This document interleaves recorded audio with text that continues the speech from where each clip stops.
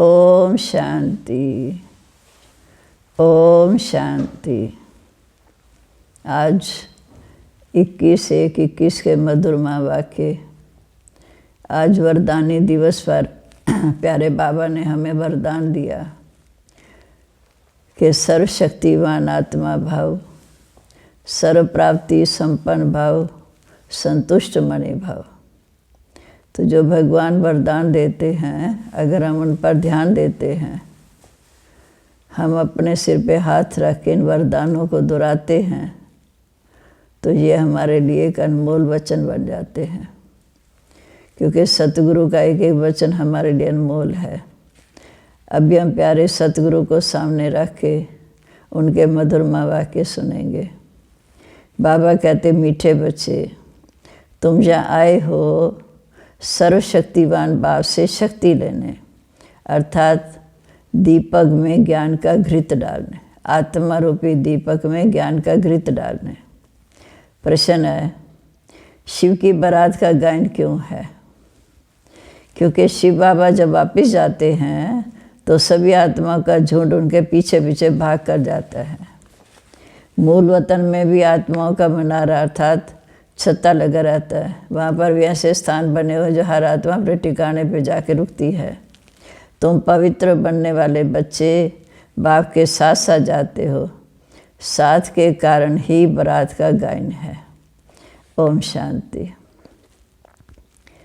बच्चों को पहले एक ही पॉइंट समझाने की है कि हम सब आत्मा रूप में भाई भाई हैं और वो हम सबका बाप है। उनको सर्वशक्तिवान कहा जाता है। तुम्हारे में भी सर्वशक्तियाँ थी जब तुम विश्व पर राज करते थे। भारत में देवी देवताओं का राज्य था, गोया तुम बच्चों का राज्य था। तुम पवित्र देवी देवता थे। तुम्हारा कुल व डिनास्टी है। वह जब निर्विकारी थे, कौन निर्विकारी था? आत्माएं। अब फिर तुम निर्विकारी बन रहे हो। जैसे सर्वशक्तिवान को बाप को याद कर उनसे शक्ति ले रहे हो। तो बाबा ने समझाया, आत्माएं 84 का पाठ हो जाती है। उनमें जो सत्व प्रधान ताकत थी वह दिन प्रतिदिन कम होती गई। सतयुग में बनते हैं 16 कला संपूर्ण, त्रेता में 14 कला। धीरे धीरे हमारी कलाएं कम होती गई। सत्व प्रधान से तमो प्रधान बनना है। जैसे बैटरी की ताकत कम होती जाती तो मोटर खड़ी हो जाती है ना, बैटरी डिस्चार्ज हो जाती। ऐसे आत्मा की बैटरी फुल डिस्चार्ज नहीं होती, कुछ ना कुछ ताकत रहती है। क्योंकि अगर फुल डिस्चार्ज हो जाए तो शरीर ख़त्म हो जाए, कुछ ताकत रहती है। जैसे बाबा ने कहा बैटरी की ताकत कम होती है तो उसको चार्ज करने के लिए रखते हैं। अब तुम बच्चे समझते हो तुम आत्मा सर्वशक्तिवान थी।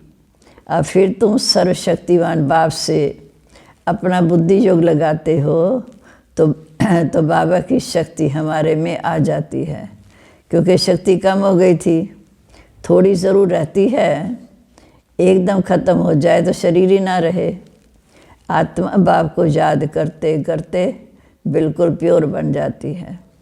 सतयुग में तुम्हारी बैटरी फुल चार्ज होती, फिर थोड़ी थोड़ी कम होती जाती। त्रेता तक मोटर कम हो जाती, जिसको कला कहा जाता है। वे 16 कला से 14 कला, फिर द्वापर में 8 कला, कलयुग में शुरू में 4 कला, अंत में 9 कला। फिर कहेंगे आत्मा जो सत्व प्रधान थी वह सत्व बनी, ताकत कम हो जाती। तुम समझते हो हम मनुष्य देवता बन जाते हैं सतयुग में। अब आप कहते मीठे बच्चे, तुम मुझे याद करेंगे तो तमो प्रधान से सत्व प्रधान बन जाएंगे। क्योंकि बाप बेहद का है। बेहद के बाप को याद करते हैं तो बेहद की प्रॉपर्टी मिलती है। हर प्रॉपर्टी पर हर एक अधिकार है। जहाँ पर आत्मा रूप में सब भाई भाई हैं। अब तुम बच्चे याद करो, मैं ऑलमाइटी हूँ, मेरे द्वारा तुम्हें ऑलमाइटी राज्य मिलता है।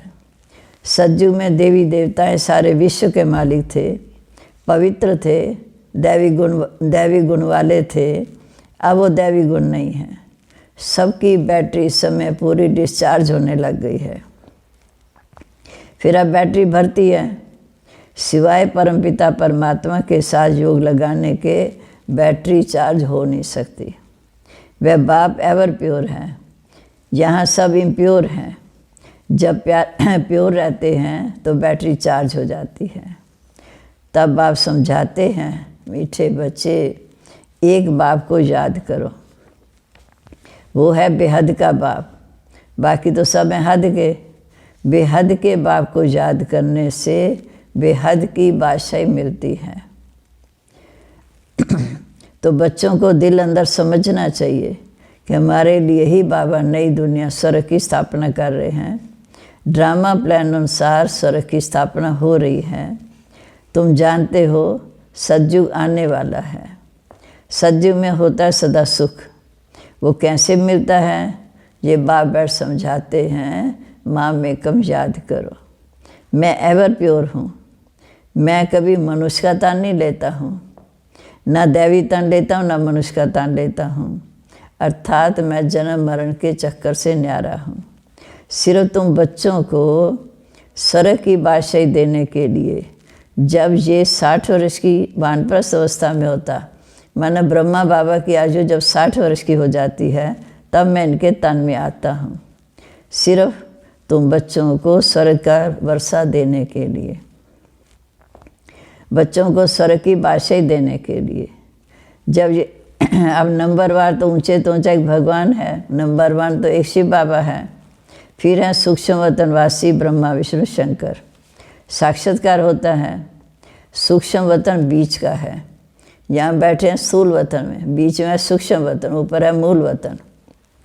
सूक्ष्म वतन बीच का है, जहाँ शरीर नहीं हो सकता। सूक्ष्म शरीर सिवा दिव्य दृष्टि से देखा जाता है। वहाँ कोई मनुष्य सृष्टि नहीं है, हड्डी मांस के शरीर नहीं है। बाकी ये तो सिर्फ साक्षात्कार के लिए फरिश्ते हैं।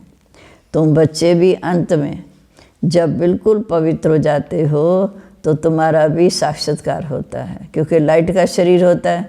जब पवित्र बन जाते हो तुम्हारा भी फरिश्ते के रूप में साक्षात्कार हो जाता है। ऐसे फरिश्ते बन फिर सतयुग में यहाँ ही आकर राज करेंगे, यहाँ ही स्वर्ग के मालिक बनेंगे। क्योंकि मूल वतन में तो आत्माएं हैं, शरीर लेंगी तो पाठ बजाएंगी, तो फिर साकारी दुनिया में आकर सतयुग में राज करेंगे। ये ब्रह्मा विष्णु को याद नहीं करते, ये भी शिव बाबा को याद करते हैं, तब विष्णु बनते हैं। तो ये समझना चाहिए इन्होंने राज्य कैसे पाया। लड़ाई आदि से तो विश्व का राज मिल ना सके, देवताएं हिंसा करेंगे क्या। अब तुम बच्चे बाप को याद करके रजाई लेते हो। अब कोई माने ना माने उसकी मर्जी, कि बाबा तो हमें सत्य बातें बताते हैं, अब माने ना माने हमारी मर्जी। गीता में भी है, हे बच्चों देश सही दे के सब धर्म छोड़, माँ में कम याद करो। इस सारे झाड़ की नॉलेज मेरे पास है, और किसको भी पता नहीं कि सृष्टि की आयु कितनी है। पूरा कल्प 5000 वर्ष का है। कैसे इसकी स्थापना पालना विनाश होता है ये भी किसी को पता नहीं।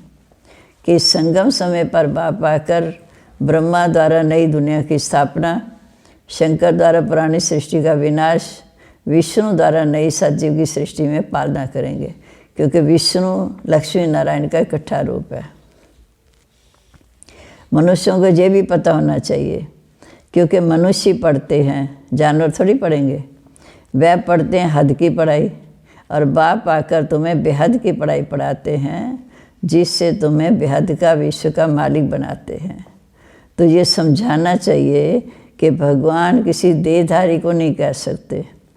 ब्रह्मा विष्णु शंकर को भी सूक्ष्म शरीर है, उनका नाम अलग है, इनको भी भगवान नहीं कहा जाता। ब्रह्मा की आत्मा का अपना तख्त है, माना आत्मा शरीर में बैठी अपना तख्त है, अकाल तख्त है। अब ये अकाल मूर्त बाप का तख्त है। शिव बाबा भी इसी में आते हैं, और आत्मा भी अजर अमर विनाशी है, उसका भी ये तख्त है। अमृतसर में भी अकाल तख्त है। बड़े बड़े जो होते हैं वहाँ अकाल तख्त पर जाकर बैठते हैं। अभी बाप समझाते ये सब अकाल आत्माओं का तख्त है, माना आत्मा भ्रिकुटी के बीच में बैठी, ये भ्रिकुटी तख्त है। आत्मा काल है जिसको काल खा ना सके। बाकी तख्त तो बदलते रहते हैं, दूसरा शरीर लेंगे तो दूसरा तख्त होगा। अकाल मूर्त आत्मा इस तख्त पर बैठती है। पहले छोटा तख्त होता, फिर बड़ा हो जाता। पहले बच्चा छोटा है, फिर जो बड़ा होगा तख्त बढ़ता जाएगा। आत्मा एक शरीर छोड़ दूसरा लेती है। आत्मा काल है। बाकी आत्मा के अंदर अच्छे या बुरे संस्कार हैं जो साथ ले जाती है। तभी कहा जाता है पिछले कर्मों का ये फल है। जो हम पीछे कर्म कर रहे हैं हम खा रहे हैं, आगे के लिए हमने कमाई जमा करनी है, तो इसलिए हमें अब जो कमाई करेंगे साथ जाएगी। इसलिए बाबा कहते बच्चे अब अच्छी कमाई करो। आत्मा कभी विनाश नहीं होती। आत्मा भी एक, बाप भी एक, ये तो समझना चाहिए ना। तो जैसे बाबा कहते, जैसे क्वीन होती, मधुमक्खी में क्वीन होती है, उसके पीछे सब जाते हैं। तो बाप भी जब जाएंगे तो उनके पिछाड़ी हम सब आत्माएं जाएंगी। वहाँ सूक्ष्म वतन में जैसे आत्माओं का मनारा अर्थात छत्ता बना हुआ है, वहाँ फिर मनुष्यों का झुंड है। साकारी दुनिया में मनुष्यों का झुंड है, निराकारी दुनिया में आत्माओं का। तो ये झुंड भी एक दिन भागना है। तो बाप इस समय आकर हमें शिक्षा देकर पावन बनाकर साथ ले जाते हैं। तभी शिव की बारात कहा जाता है। बच्चे कहो, सजनियाँ कहो, बाप आकर बच्चों को पढ़ाकर बाप को यात्रा करना सिखाते हैं। अर्थात आत्मा ही जाती है बाप से मिलने के लिए। पवित्र बनने बगैर तो आत्मा ऊपर जा नहीं सकती। जब पवित्र बन जाएगी तब आत्मा पहले पहले शांति धाम जाएंगी। वहाँ जाकर सब निवास करते हैं। वहाँ से फिर धीरे धीरे इस समय के पुरुषार्थ अनुसार सृष्टि पर आएंगे पाठ बजाने। फिर धीरे धीरे वृद्धि होती। तुम भी पहले पहले भागेंगे बाप के पिछाड़ी। तुम्हारा बाप के साथ अथवा सजनियों का साजन के साथ पूरा योग है। राजधानी बननी है। सब इकट्ठे तो आते नहीं। इस समय के पुरुषार्थ अनुसार नंबरवार आएंगे, सब इकट्ठे तो आएंगे नहीं। वहाँ सब आत्माओं की दुनिया है। जहाँ तो फिर नंबरवार आते हैं। झाड़ धीरे धीरे वृद्धि को पाता है। पहले पहले तो है आदि सनातन देवी देवता धर्म जो बाप ने स्थापन किया। सतयुग में है तो आदि सनातन देवी देवता धर्म जो इस समय बाप स्थापन करते हैं। पहले पहले हमको बाप आकर शूद्र से ब्राह्मण बनाते हैं। प्रजापिता ब्रह्मा है ना। जब हम प्रजापिता ब्रह्मा के बच्चे बनते हैं तो हम भाई बहन हो जाते हैं। ब्रह्मा कुमार ब्रह्मा कुमारियाँ तो ढेर हैं। तो ज़रूर जो निश्चय बुद्धि होंगे वो बाप के बच्चे बनते जाएंगे, तो ज़रूर वो भाई भाई ठहरे। तुम्हारे में भी जो पक्के हैं वह ज़रूर पहले आएंगे, वरना सतयुगी दुनिया में पहले आएंगे। जो कच्चे होंगे पिछाड़ी में आएंगे। ये पाठधारियों की दुनिया है जो सदा पाठ फिर चलता रहता है। साकारी दुनिया है पाठधारियों की, सदा चलता ही रहता है। पहले सतयुग आया, त्रेता आया, फिर द्वापर आया, जो कलयुग आया। अब हम बैठे हैं पुरुषोत्तम संगम युग पर। अभी बाबा ने बताया ये तो पूरा 5000 वर्ष का चक्र है। आधा कल्प है राम राज्य, आधा कल्प है रावण राज्य। आधा कल्प माना सतयुग त्रेता में राम का राज्य, शिव बाबा का राज्य, और बाद में रावण का राज्य। फिर बाबा ने कहा कि ये दुनिया तो बनी बनाई है। इसी दुनिया में सुख और दुख का खेल चलता है। ये बेहद की नॉलेज बाप के सिवा और किसी से मिल नहीं सकती। शिव बाबा के शरीर का कोई नाम नहीं है। ये शरीर तो ही दादा का है। बाबा कहाँ है? बाबा ने इस शरीर को थोड़े समय के लिए लोन लिया है। बाबा कहते मुझे बोलने के लिए मुख तो चाहिए ना, तो इसलिए थोड़े समय के लिए लोन लिया। जहाँ भी गौमुख बनाया हुआ है। भारत जब स्वर्ग था तो सचखंड था। फिर भारत ही पुराना बनना तो झूठखंड हो गया। इस झूठखंड में सभी पतित बन जाते हैं। तब बुलाते हैं कि बाबा आओ, आकर हमें पति से पावन बनाओ, हमें इस पुरानी दुख की दुनिया से ले चलो। तो बाप कहते मेरे सब बच्चे इस समय कामचिता पर चढ़ काले बन गए हैं। तो बाप बच्चों को बैठ कहते हैं तुम तो स्वर्ग के मालिक थे, आज से 5000 साल पहले तुम सड़क के मालिक थे। अब समृद्धि आई है ना, तो बच्चों को समझाते हैं। फिर दुनिया को बच्चों ने समझाना है, बाप तो दुनिया को नहीं समझाएगा, बाप तो सिर्फ बच्चों को समझाएगा। तुमको ही समझाते हैं तो मालूम पड़े कि हमारा बाप कौन है। इस दुनिया को कहा जाता है फॉरेन ऑफ थॉर्म्स अर्थात कांटों का जंगल। सबसे बड़े काम विकार का कांटा लगाते हैं। भक्त भी बहुत हैं, वेजिटेरियन भी हैं, परंतु ऐसे नहीं कि विकार में नहीं जाते। ऐसे तो बहुत बाल ब्रह्मचारी भी होते हैं, छोटेपन से ही कब छीछी खाना आदि नहीं खाते। सन्यासी भी कहते हैं निर्विकारी बनो, वह हद का सन्यास मनुष्य कराते हैं।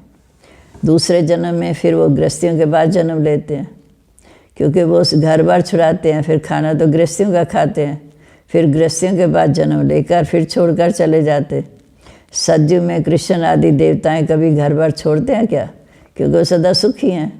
सन्यासियों ने वो सुख देखा नहीं। तो बाबा कहते हैं तुम्हारे लिए मैं स्वर्ग की स्थापना कर रहा हूँ। तुम्हारी बुद्धि समय स्वर्ग में जाएगी तो शिव बाबा को याद करना है ना, जो हमारे लिए इतनी ऊंची स्वर्ग की दुनिया स्थापन कर रहे हैं, जहाँ सुख शांति संपत्ति सब कुछ है। तो शिव बाबा को याद करना है। बेहद का बाप कहते मुझे याद करो। मन मना भाव मध्याजी भाव, मध्याजी भाव माना वर्षे को याद करो, मन मना भाव माना मुझे याद करो, तो तुम देवता बन जाएंगे। यही गीता का एपिसोड है। गीता दोबारा बार बार पुनरावृत्त होती है। सतयुग में भी है। इस समय हम संगम पर बैठे हैं, मैं संगम पर ही सुनाता हूँ। राजयोग ज़रूर आगे जन्म में संगम पर सीखे होंगे ना। इस संगम पर बाप आकर हमें ये शिक्षा भी देते हैं, राजयोग भी सिखाते हैं, क्योंकि बाप भी बताते हैं कि अब ये सृष्टि बदलने वाली है। इस समय तुम पति से पावन बन जाते हो। अब ये है पुरुषोत्तम संगम युग, जबकि हम ऐसे तमो प्रधान से सतो प्रधान बनते हैं। हर एक बात अच्छी रीति समझकर निश्चय करनी चाहिए कि बाप सत्य है, जो बातें समझा रहे हैं वो सत्य हैं। ये कोई मनुष्य थोड़ी कहते हैं, ये है श्रीमत अर्थात शिव बाबा की श्रेष्ठ श्रेष्ठ मत। बाकी सब है मनुष्य मत।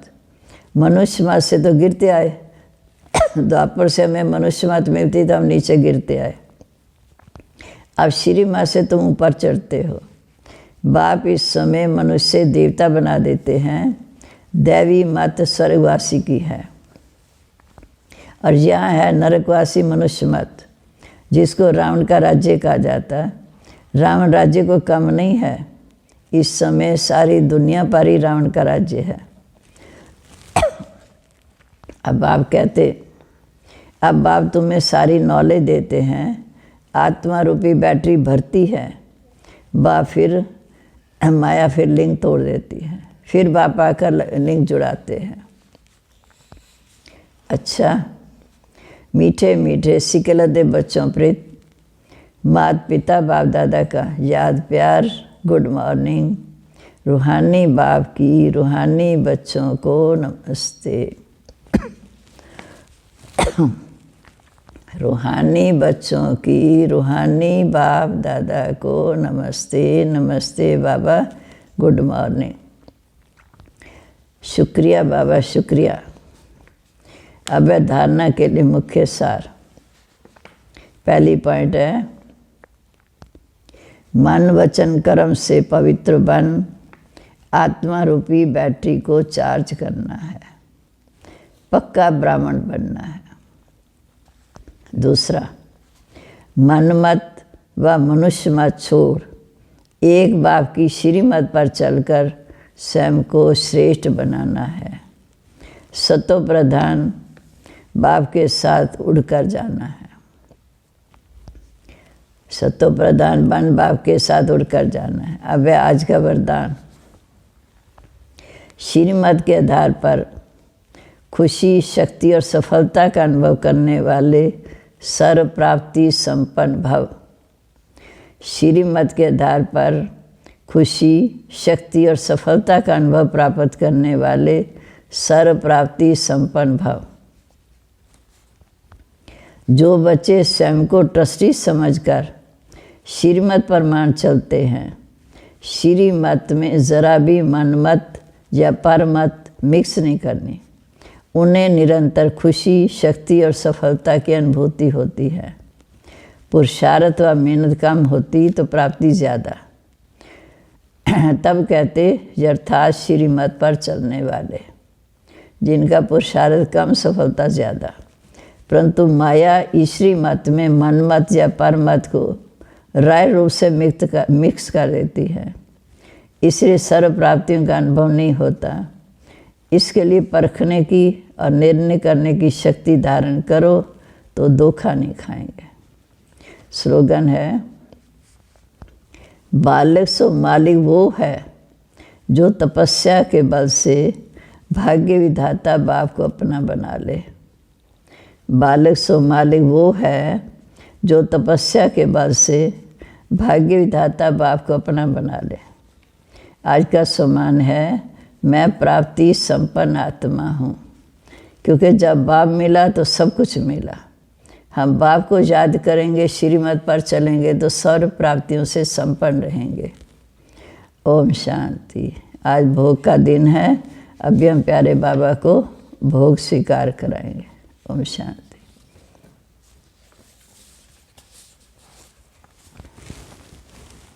कितने टाइम